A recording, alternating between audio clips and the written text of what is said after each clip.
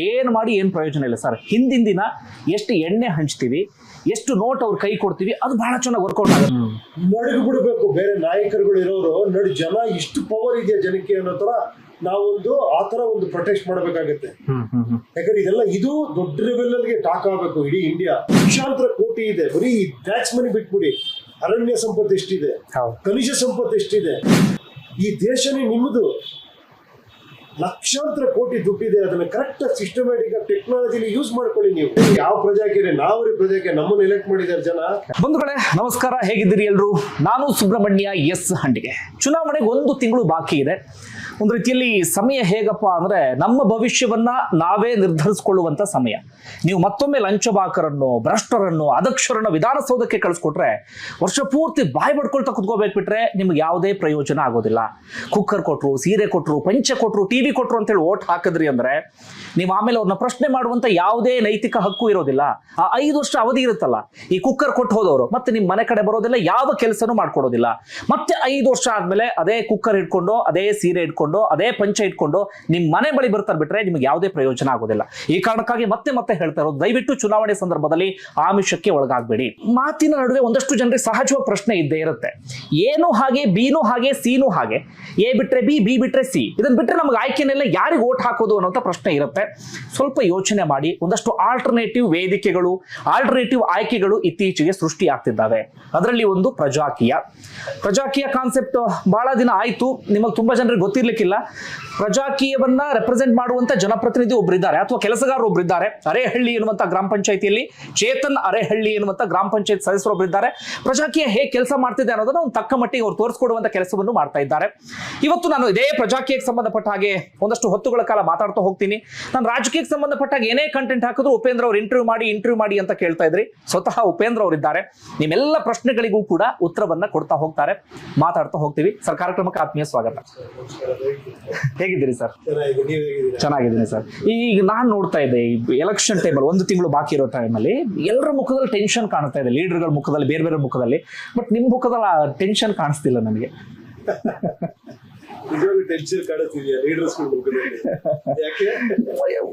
ನಿಮ್ಗೂ ಗೊತ್ತು, ನನಗೂ ಗೊತ್ತಿರೋದು, ಗೆಲ್ಲಬೇಕು, ಗೆದ್ಮೇಲೆ ಏನೋ ಸಂಪಾದನೆ ಮಾಡ್ಬೇಕು, ಇನ್ನೇನೋ ಮಾಡ್ಬೇಕು. ಏನು ನನಗೂ ಅದು ಅರ್ಥ ಆಗ್ತಿಲ್ಲ. ಇದೆಲ್ಲ ನನ್ನೊಳಗೂ ಕಾಡಿದೆ ಈ ತರ. ಕರೆಕ್ಟ್ ದಾರಿ ಯಾವ್ದು ಇದಕ್ಕೆ ಅಂತ ಅಂದ್ರೆ ಜಿನಿಯನ್ ಆಗಿ ಮಾಡಿದೀನಿ. ಅದಂತೂ ನಾನು ಸತ್ಯ ಜನಗಳ ಮುಂದೆ ಹೇಳ್ತಾ ಇದೀನಿ. ಜಿನಿಯನ್ ಆಗಿ ಅದ್ರ ಬಗ್ಗೆ ಥಿಂಕ್ ಮಾಡಿದ್ದೀನಿ. ಏನು ಈ ದಾರಿಲಿ ಹೋದ್ರೆ ಕರೆಕ್ಟಾ, ಈ ದಾರಿಲಿ ಹೋದ್ರೆ ಕರೆಕ್ಟಾ, ಹಿಂಗ್ ಹೋದ್ರೆ ಆಗತ್ತಾ ಅಂತ. ಓಕೆ, ನಾನು ತುಂಬಾ ಜನ ನಮ್ಮ ಪೊಲಿಟಿಕಲ್ ಮಿತ್ರರ ಜೊತೆ ಮಾತಾಡಿದ್ದೀನಿ. ಎಲ್ಲ ನೋಡಿ ಬನ್ನಿ, ಇದಿರೋದು ಹಿಂಗೆ, ಇಲ್ಲೇ ಟ್ರೈ ಮಾಡ್ಬೇಕು. ಕಿಲಿ ಜನನ್ನೇ ಬೈಯವರೇ ತುಂಬಾ ಜನ ನೋಡಿದ್ದಾರೆ. ಜನನೇ ಸರಿ ಇಲ್ಲ ಉಪೇಂದ್ರ. ಅದು ನನಗದು ಬಹಳ ಹರ್ಟ್ ಆಗಿದೆ. ಅಂದ್ರೆ ಇಂಟರ್ನೆಟ್ ನನಗೆ ಬೈತಾ ಇದ್ದಾರೆ ಅವರು ಅಂತ. ಸೊ ನನಗೆ ಆಮೇಲೆ ಅನಲೈಸ್ ಮಾಡಿದಾಗ ಅನ್ನಿಸ್ತು, ಇಲ್ಲ ಆಕ್ಚುಲಿ ನಾವೊಂದು ಮಾಡಿ ಜನ ಸರಿ ಇಲ್ಲ ಅಂದ್ರೆ ದೇಶನೂ ಸರಿ ಇಲ್ಲ ಅಂತಾನೆ. ಯಾಕಂದ್ರೆ ಜನನೇ ದೇಶ. ನಾವಿಲ್ಲಿ ಏನಕ್ಕೆ ಬರ್ತಾ ಇದೀವಿ ಅಂದ್ರೆ ಎಲ್ಲ ನಮ್ಮ ಸ್ವಾರ್ಥಕ್ಕೆ ಬರ್ತಾ ಇದೀವಿ. ನಾನ್ ಹೆಸರು ಮಾಡ್ಬೇಕು, ನಾನ್ ಬೆಳಿಬೇಕು, ಹಂಗೆ ಎಲ್ಲರಿಗೂ ಹಂಗೆ ಆಗ್ಬಿಟ್ಟಿದೆ. ಸಾಮಾಜಿಕ ರಂಗದಲ್ಲಿ ಕೂಡ ನಾನ್ ಬೆಳಿಬೇಕು ಅನ್ನೋದು ಮೂರ್ಖತನ ಅನ್ಸುತ್ತೆ. ಓಕೆ, ಬೆಳೀರಿ ನಿಮ್ ಪರ್ಸನಲ್ ಆಗಿ, ನಿಮ್ ಬಿಸ್ನೆಸ್ ಅಲ್ಲಿ, ನಿಮ್ ವೈಯಕ್ತಿಕ ಸಾಧನೆಯಲ್ಲಿ, ಎಜುಕೇಶನ್ ಅಲ್ಲಿ ಏನೋ ಒಂದು ಸಾಧನೆ ಮಾಡೋದ್ರಲ್ಲಿ ಅದು ಬೇರೆ. ಸಮಾಜ ಜನ ಬೆಳೆಸೋದು ನಿಮ್ಮನ್ನ, ನೀವ್ ಬೆಳೆಯೋದಲ್ಲ ಅಲ್ವಾ? ಸೊ ಅವಾಗ ಅನ್ನಿಸ್ತಾ ಎಷ್ಟು 100% ಈ ಒಂದು ಸ್ವಚ್ಛವಾಗಿ ಅಂತ ಮಾಡಕ್ ಸಾಧ್ಯ ಇಲ್ಲ ಅನ್ನಿಸ್ದಾಗ ಫಸ್ಟ್ ಕ್ಯಾಶ್ ತೆಗಿಬೇಕು ಅನ್ನಿಸ್ತು. ಕ್ಯಾಶ್ ತೆಗೆದ್ಬಿಟ್ರೆ ಹೆಂಗೆ? ನಾನೊಂದು ಏನೋ ಒಂದು 12 ನಿಮಿಷದ 13 ನಿಮಿಷ ಆಡಿಯೋ ಬಿಟ್ಟಿದ್ದೆ, ವೈರಲ್ ಆಯ್ತು. ಅಲ್ಲಿ ಏನ್ ಟ್ಯಾಕ್ಸ್ ಮನಿ ಅಂದ್ರೆ ಇಂಡೈರೆಕ್ಟ್ ಟ್ಯಾಕ್ಸ್, ಡೈರೆಕ್ಟ್ ಟ್ಯಾಕ್ಸ್, ಎಲ್ಲಾರ್ಗು ನಾವೇ ಸಂಬಳ ಕೊಡ್ತಿರೋದು. ಪ್ರತಿಯೊಬ್ಬ ಇವನ್ ಆಫೀಸರ್ಸ್ ಕೂಡ ಸಂಬಳ ಕೊಡ್ತಿರೋದು ಜನಗಳ ದುಡ್ಡೇ. ಸೊ ಇಲ್ಲಿ ಏನಾಗಿದೆ ಅಂದ್ರೆ ನಿಮ್ಮನ್ನ ತಲುಪಬೇಕಾದ್ರೆ ನಮ್ಗೆ ದುಡ್ಡು ಬೇಕು. ಆ ದುಡ್ಡು ಆಗ್ತಿದ್ದಂಗೆ ಮತ್ತೆ ಟೆನ್ಷನ್ ಸ್ಟಾರ್ಟ್. ನೀವ್ ಹೇಳೋದಲ್ಲ ಏನಕ್ಕೆ ಟೆನ್ಷನ್ ಅಂದ್ರೆ ಪಾಪ ಹೂಡಿಕೆಗಳು. ಕರೆಕ್ಟ್. ಸೊ ಗೆಲ್ಲೇಬೇಕು ಅಂತ ಕೊನೆಗೆ ಏನೇನೋ ಸ್ಟೇಟ್ಮೆಂಟ್ಗಳು, ಕೊನೆಗೆ ಸುಳ್ಳು ಕೊಳ್ಳು ಆಶ್ವಾಸನೆಗಳು, ಯಾವ ಲೆವೆಲ್ ಬೇಕಾದ್ರೆ ಹೋಗ್ತೀನಿ. ಒಂದ್ಸತಿ ಗೆದ್ರ ಮೇಲೆ ನಾನು ಬೇಕಾದ್ರೆ ಏನ್ ಬೇಕಾದ್ರೆ ಮಾಡ್ತೀನಿ ತರ. ಸೊ ನನಗೆ ಅದೇ ರಾಂಗ್ ಅನ್ನಿಸ್ತು. ಈ ದಾರಿ ಹೊರಟ್ಬಿಟ್ರೆ ಮತ್ತೆ ನಾನು ಇನ್ನೊಂದು ಮತ್ತೆ ಅದೇ ತರ ಆಗ್ತೀನಿ. ಅಲ್ಲಿರೋದೆಲ್ಲ ತಪ್ಪಲ್ಲ ಪಾಪ. ಅವ್ರು ಏನೋ ಮಾಡ್ಬೇಕು ಅಂತ ಬಂದು ಕೊನೆಗೆ ಸಿಕ್ಕಾಕೊಂಡು ಅದ್ರಲ್ಲೇ ಇಳಿದು ದೊಡ್ಡ ಮಟ್ಟದಲ್ಲಿ ಹೊರಟಾಗಿ ಇವಾಗ ನನಗೆ ನಿಮ್ಮ ಸಿದ್ಧಾಂತ ಬಹಳ ಚೆನ್ನಾಗಿ ಅರ್ಥ ಆಗಿದೆ. ಬಟ್ ಜನ ಎಲ್ಲಿವರೆಗೆ ಬಂದ್ಬಿಟ್ಟಿದ್ರು ಅಂದ್ರೆ, ನಾನು ಒಬ್ರು ಪೊಲಿಟಿಕಲ್ ಲೀಡರ್ನ ಮಾತಾಡ್ಸುವಾಗ ಅವ್ರು ಹೇಳ್ತಾ ಇದ್ರು, ನೀವು ಏನು ಮಾಡಿ ಏನು ಪ್ರಯೋಜನ ಇಲ್ಲ ಸರ್, ಹಿಂದಿನ ದಿನ ಎಷ್ಟು ಎಣ್ಣೆ ಹಂಚ್ತೀವಿ, ಎಷ್ಟು ನೋಟ್ ಅವ್ರ ಕೈ ಕೊಡ್ತೀವಿ, ಅದು ಬಹಳ ಚೆನ್ನಾಗಿ ವರ್ಕೌಟ್ ಆಗುತ್ತೆ. ಒಂದ್ ನಿಮಿಷ, ಇದನ್ನ ಕೇಳಿಸ್ಕೊಂತಿರೋರು ಬಹಳ ಪ್ರಬುದ್ಧರಾಗಿರ್ಬೇಕು. ಈ ಮಾತನ್ನು ಕೇಳಿಸ್ಕೊಂಡು ವಿಚಲಿತರಾಗಬಾರ್ದು. ಇಲ್ಲಿ ಏನಾಗಿದೆ ಅಂದ್ರೆ, ನಿಮ್ಮನ್ನ ತೋರಿಸ್ತೀನಿ, ನನ್ನ ಆಟ ಆಡಿಸ್ತಾರೆ, ನನ್ನ ತೋರಿಸಿ ನಿಮ್ಮನ್ನ ಆಟ ಆಡಿಸ್ತಾರೆ. ಈ ಉಪೇಂದ್ರ ಸರಿ ಇಲ್ಲ ರೀ, ಉಪೇಂದ್ರ ಹಿಂಗೆ ಹೋಗೋದು, ನೀವು ಬನ್ರಿ ಅಂತಾರೆ. ನನಗೆ ನಿಮ್ಮನ್ನ ತೋರಿಸ್ಬಿಟ್ಟು ಅವ್ರು ಸರಿ ಇಲ್ಲ ರೀ, ನೀವ್ ಹಿಂಗೆ ಬನ್ನಿ ಅಂತಾರೆ. ಇಲ್ಲಿ ನಾನು ಅದಕ್ಕೋಸ್ಕರ ಮತ್ತೆ ಒತ್ತಿ ಹೇಳ್ತಾರೆ, ಇಲ್ಲಿ ಪರ್ಸನಲ್ ಇಸ್ ವೆರಿ ಇಂಪಾರ್ಟೆಂಟ್. ನಿಮ್ಮ ಡಿಸಿಷನ್ ಪ್ರಪಂಚನೇ ಬೇರೆ ಕಡೆ ಹೋಗ್ಲಿ, ನಾನು ವೋಟು ಸಿದ್ಧಾಂತಕ್ಕೆ ಹಾಕ್ತೀನಿ, ನಾನು ವಿಚಾರಕ್ಕೆ ವೋಟ್ ಹಾಕೋದು, ನಾನು ಈ ವಿಷಯದಲ್ಲಿ ತಪ್ಪು ಮಾಡಲ್ಲ, ನನ್ ವೋಟ್ ವೇಸ್ಟ್ ಆದ್ರೂ ಪರವಾಗಿಲ್ಲ. ಈ ಒಂದು ದೃಢವಾದ ನಾಯಕತ್ವದ ಗುಣ ಮತದಾರರಿಗೆ ಬರಬೇಕು. ಇಲ್ಲಾಂದ್ರೆ ಇದೇ ಮಾತುಗಳು, ರೀ ಲಾಸ್ಟ್ ನೋಟ್ ರೀ ಅವ್ನು ಹಾಕ್ತೇನೆ ಕರೆಕ್ಟ್, ನಾನು ಯಾಕೆ ಹಾಕ್ಬೇಕು ಆ ತರ, ಒಬ್ಬ ಹಾಕ್ಲಿ ಬಿಡಿ ಅದೇ ತರ. ನಾನು ವೆರಿ ಇಂಪಾರ್ಟೆಂಟ್ ಅಲ್ಲ ಈ ದೇಶಕ್ಕೆ, ಯುವಕರು ಇಂಪಾರ್ಟೆಂಟ್ ಅಲ್ವಾ? ಯಾರೋ ಒಂದ್ 4 ಜನ ರಜೆಗೆ ಹೋಗ್ತಾರೆ, ಹೋಗ್ಲಿ ಬಿಡಿ, I don't care, but I am very important. ನಾನು ಬಹಳ ಇಂಪಾರ್ಟೆಂಟ್ ಅಂತ ಪ್ರತಿಯೊಬ್ಬರಿಗೂ ಬರ್ಬೇಕಿತ್ತು. ಆಗ್ಲೇ ನಿಜವಾದ ಬದಲಾವಣೆ. ನಾನು ಒಂದು ವಿಚಾರ ಹೇಳಿ ನಾನು ಕಂಟಿನ್ಯೂ ಮಾಡ್ತೀನಿ. ನಾನು ಪ್ರಜಾಕೀಯನ ಅರ್ಥ ಮಾಡ್ಕೊಂಡರ ಹಾಗೆ, ರಾಜಕೀಯಕ್ಕೆ ಇದೊಂದು ಪರ್ಯಾಯ ವೇದಿಕೆ. ಉಪೇಂದ್ರ ಅವರು ಇಂಥದೊಂದು ವೇದಿಕೆಯನ್ನ ಜನರಿಗೆ ಸೃಷ್ಟಿ ಮಾಡಿಕೊಟ್ಟಿದ್ದಾರೆ, ಅದನ್ನ ಜನ ಕಂಟಿನ್ಯೂ ಮಾಡ್ಕೊಂಡು ಹೋಗ್ಬೇಕು. ಈ ರಾಜಕೀಯ ಅಂದಾಗ ಈ ಶಾಸಕ, ಸಚಿವ, ಜನಪ್ರತಿನಿಧಿ ಅನ್ನುವಂತ ತಲೆ ಮೇಲೆ ಕೊಂಬರೋ ಹುದ್ದೆ ಇರುತ್ತೆ. ಬಟ್ ಇಲ್ಲಿ ಅಂತ ಯಾವುದೇ ಹುದ್ದೆಯೂ ಕೂಡ ಇಲ್ಲ. ನೋಡಿ, ಅದು ಮತ್ತೆ ಶಾಸಕ ಇರುತ್ತೆ. ಓಕೆ, ಅದು ನಾನು ಹೇಳ್ತೀನಿ. ಅದು ಹೆಂಗೆ ಅಂದ್ರೆ, ಈಗ ನಮ್ಮ ತೆರಿಗೆ ಹಣ ಎಲ್ಲೋ ಒಂದ್ ಕಡೆ ಇರುತ್ತೆ, ಆ ತೆರಿಗೆ ಹಣ ನೋಡ್ಕೊಳ್ಳೋಕೆ, ಅದನ್ನ ಚೆನ್ನಾಗಿ ಮ್ಯಾನೇಜ್ ಮಾಡೋಕೆ ಕೆಲಸಗಾರರು ಇರ್ತಾರೆ. ಈ ಪ್ರಜಾಕೀಯ ಅನ್ನುವಂತ ವೇದಿಕೆ ಮೂಲಕ ಅವ್ರನ್ನ ಆಯ್ಕೆ ಮಾಡಿ ಕಳಿಸ್ತೀವಿ. ಅದರ ಹೊರತಾಗಿ ತಲೆ ಮೇಲೆ ಕೊಂಬು ಬರುವಂತ ಹುದ್ದೆ ಇಲ್ಲಿ ಇರೋದಿಲ್ಲ. ಇದು ಪ್ರಜಾಕೀಯ ಅನ್ನೋದು ನಾನು ಅರ್ಥ ಮಾಡ್ಕೊಂಡಿರೋ ಹಾಗೆ. ಏನಿಲ್ಲ, ಶಾಸಕನೇ, ಮಂತ್ರಿನೇ, ಮುಖ್ಯಮಂತ್ರಿ ಎಲ್ಲವೂ ಪೋಸ್ಟ್ ಇರುತ್ತೆ. ಅವ್ರನ್ನ ನೋಡೋ ಒಂದು ಇದೆಯಲ್ಲ, ನಾಯಕನಾಗಿ ಡಿಸಿಷನ್ ಮೇಕರ್ಸ್ ನೋಡ್ದೇನೆ, ಅವ್ರು ಕಾರ್ಮಿಕರು. ಸೊ ಡಿಸಿಷನ್ ಜನಗಳ ಹತ್ರ ಇರ್ಬೇಕು, ಅವ್ರು ಒಪಿನಿಯನ್ ತಗೊಂಡು ಡಿಸಿಷನ್ ಗಳು ಮಾಡ್ಬೇಕು. ತುಂಬಾ ವಿಷಯಗಳಲ್ಲಿ ಅಷ್ಟೇ ಇಲ್ಲ, ಅಧಿಕಾರ ಜನರ ಕೈಲಿ ಇರ್ಬೇಕು. ಓಕೆ, ಈಗ ಪ್ರಜಾಕೀಯ ಅನ್ನೋದು ಬಹುತೇಕರು ಎಲ್ರಿಗೂ ಗೊತ್ತು. ಈಗ ಸೋಷಿಯಲ್ ಮೀಡಿಯಾನ ಪ್ರತಿಯೊಬ್ರು ಯೂಸ್ ಮಾಡ್ತಾರೆ. ಉಪೇಂದ್ರ ಅಂತಿದ್ದ ಹಾಗೆ ನಮಗೆ ಸಿನಿಮಾಗಳು ಹೇಗೆ ನೆನಪಾಗುತ್ತೋ, ಉಪೇಂದ್ರ ಅಂತಿದ್ದ ಹಾಗೆ ನಮಗೆ ಪ್ರಜಾಕೀಯ ಅನ್ನೋ ಒಂದು ಕಾನ್ಸೆಪ್ಟ್ ನೆನಪಾಗುತ್ತೆ. ಪ್ರತಿಯೊಬ್ಬರಿಗೂ ರೀಚ್ ಆಗಿದೆ, ಒಂದು ಹಂತಕ್ಕೆ ರೀಚ್ ಆಗಿದೆ. ಯಾಕಂದ್ರೆ ಸೋಷಿಯಲ್ ಮೀಡಿಯಾದಲ್ಲಿ ಒಂದು ಪೋಸ್ಟ್ ಹಾಕ್ತಿವಿ, ಈಗ ಯಾರು ಮುಖ್ಯಮಂತ್ರಿ ಆಗ್ಬೇಕು ಅಂತ ಬೇರೆ ಬೇರೆ ಹೆಸರು ಉಪೇಂದ್ರ ಅವ್ರು ಹಾಕಿದ್ರೆ ಎಲ್ಲ ಉಪೇಂದ್ರ ಅಂತಾರೆ. ಯಾವ ಪಕ್ಷ ಅಧಿಕಾರಕ್ಕೆ ಬರ್ಬೇಕಂದ್ರೆ ಪ್ರಜಾಕೀಯ ಅಂತಾರೆ. ಇದೆಲ್ಲವೂ ಓಕೆ, ಜನರಿಗೆ ರೀಚ್ ಆಗಿದೆ. ಆದ್ರೆ ತುಂಬಾ ಜನ ಕೇಳೋ ಪ್ರಶ್ನೆ ಅಂದ್ರೆ, ನಮ್ಮ ಕ್ಷೇತ್ರದಲ್ಲಿ ಪ್ರಜಾಕೀಯ ಅಭ್ಯರ್ಥಿ ಯಾರು, ಅದೇ ಗೊತ್ತಿಲ್ಲ ನಮ್ಗೆ ಅಂತ. ಇಲ್ಲ ನೋಡಿ, ಮತ್ತೆ ಅದೇ ನಾನು ಅದನ್ನು ಹೇಳ್ತಾ ಇರೋದು. ನಿಮ್ಗೆ ಮತ್ತೆ ಅಭ್ಯರ್ಥಿ ಗೊತ್ತಾಗಬೇಕು, ಮತ್ತೆ ನಾಯಕರು ನೋಡುತ್ತೀರಾ. ಫೇಮಸ್ ವ್ಯಕ್ತಿಗಳು ಈಸಿಯಾಗಿ ಗೊತ್ತಾಗ್ಬಿಡ್ತಾರೆ ನಿಮ್ಗೆ. ತುಂಬಾ ಓಡಾಡಿರೋ ವ್ಯಕ್ತಿಗಳು, ಗಲಾಟೆ ಮಾಡಿರೋ ವ್ಯಕ್ತಿಗಳು, ಪೇಪರ್ಗಳಲ್ಲಿ ಬರೋ ವ್ಯಕ್ತಿಗಳು, ಟಿವಿ ಬರೋ ವ್ಯಕ್ತಿಗಳು ನಿಮ್ಗೆ ಪಟ್ಟಂತ ಗೊತ್ತಾಗ್ಬಿಡ್ತಾರೆ. ಮತ್ತೆ ನೀವು ನಾಯಕರನ್ನೇ ಆರಿಸ್ತಾ ಇದ್ದೀರಾ. ನೀವು ಕಾರ್ಮಿಕರನ್ನ ಆರಿಸ್ಬೇಕು ಅಂದ್ರೆ ಇಲ್ಲಿ ವಿಚಾರಗಳನ್ನೇ ನೋಡ್ಬೇಕು ನೀವು. ಮತ್ತೆ ಒಂದು ಟೈಮ್ ಇತ್ತು ಪಕ್ಷಿಗಳು ನೋಡಿ ಓಟ್ ಹಾಕೋ ಟೈಮು, ವ್ಯಕ್ತಿಗಳು ನೋಡಿ ಓಟ್ ಹಾಕೋ ಟೈಮ್ ಬಂತು.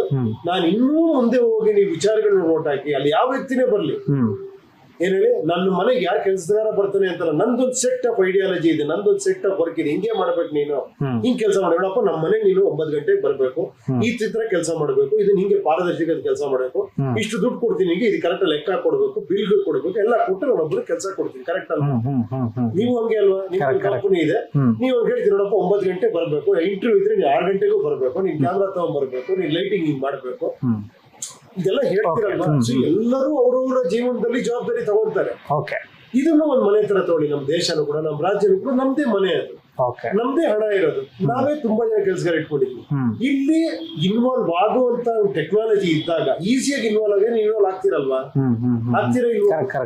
ಆಗ್ತಿರಲ್ವಾ?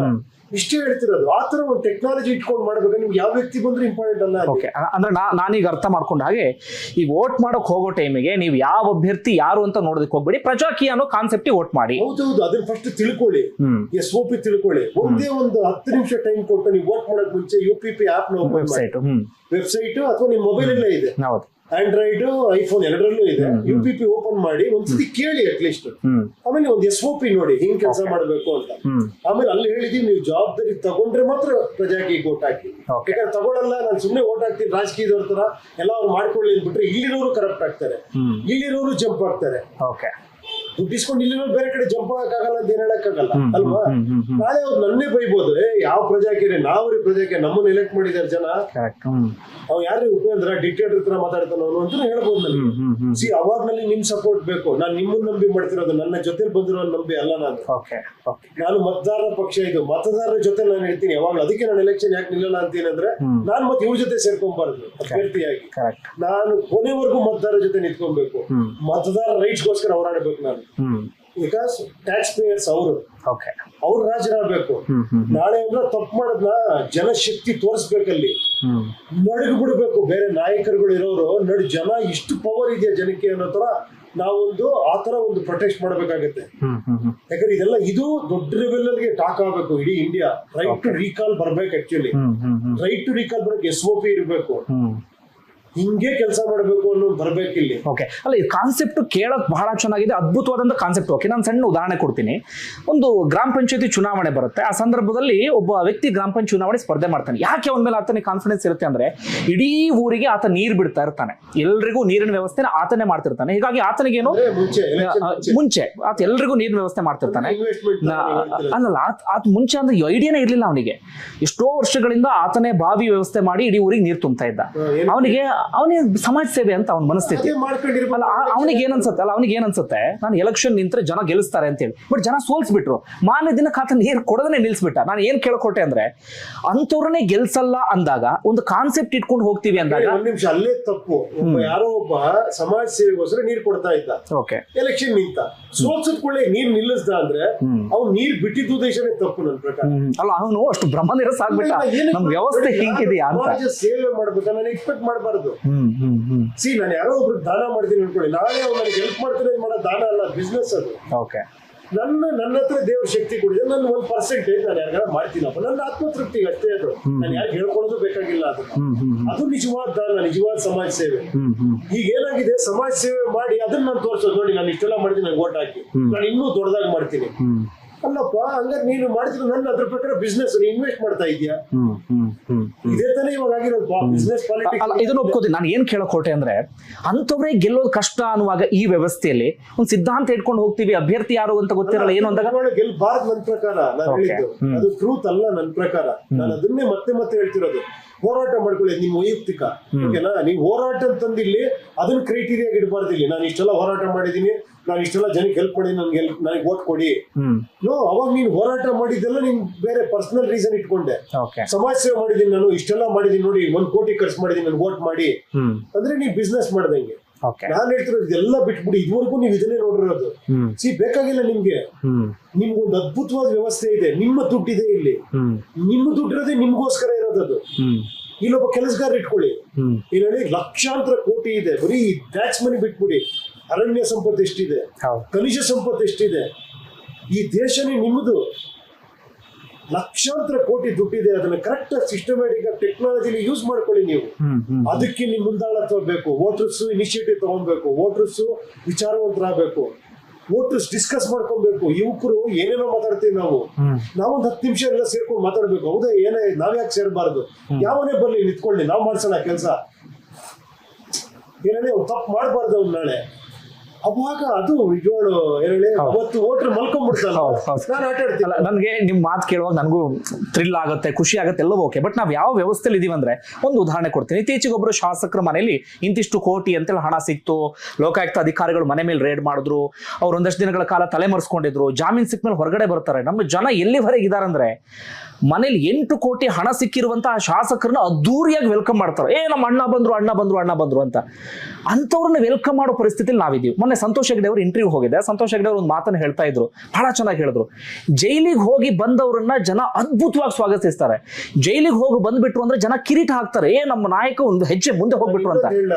ಇನ್ನೊಂದು ರೀತಿ ನಾನು ಇನ್ನೊಂದು ಎಕ್ಸಾಂಪಲ್, ಯಾರೋ ಒಬ್ಬ ನಾಯಕ ಒಂದು ಕೋಳಿ ಪುಕ್ಕ ಕಿತ್ತು ಅದು ಬದುಕಿದೆ ಅಷ್ಟೇ, ಅದಕ್ಕೆ ಯಾವ ಚೈತನ್ಯ ಇದ್ರ ಮಾಡಕ್ ಬಿಡ್ತಾನೆ. ಅದು ಹಿಂಗ್ ಸ್ವರ್ಗ ಹೋಗ್ಬಿಟ್ಟಿದೆ, ಬದುಕಿದೆ ಅಷ್ಟೇ ಅದು. ಅದನ್ನ ಕಾಲ್ ಕೆಳಗೆ ಹಾಕೊಂಡು ಒಂದೊಂದೇ ಕಾಳು ಹಾಕೊಂಡು ಹೋಗ್ತಾ ಇರ್ತಾನೆ. ಅದು ಹಿಂದೆ ಫಾಲೋ ಮಾಡ್ತಾ ಇರುತ್ತೆ.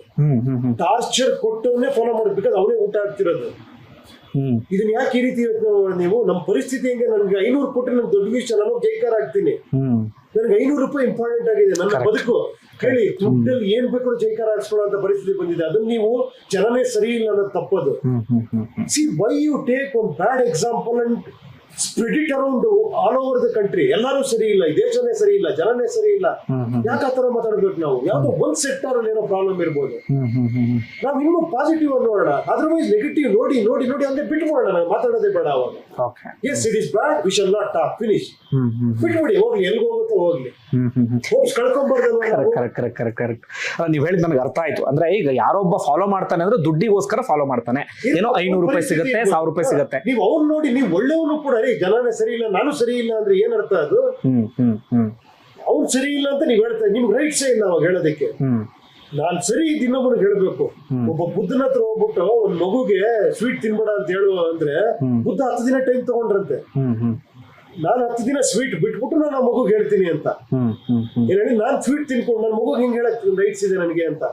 ಸಿ ಇಂಥ ಒಂದು ಎಕ್ಸಾಂಪಲ್ಗಳಿದೆ ಈ ದೇಶದಲ್ಲಿ. ಸೊ ಪಾಸಿಟಿವ್ ನ ಸ್ಪ್ರೆಡ್ ಮಾಡೋಣ.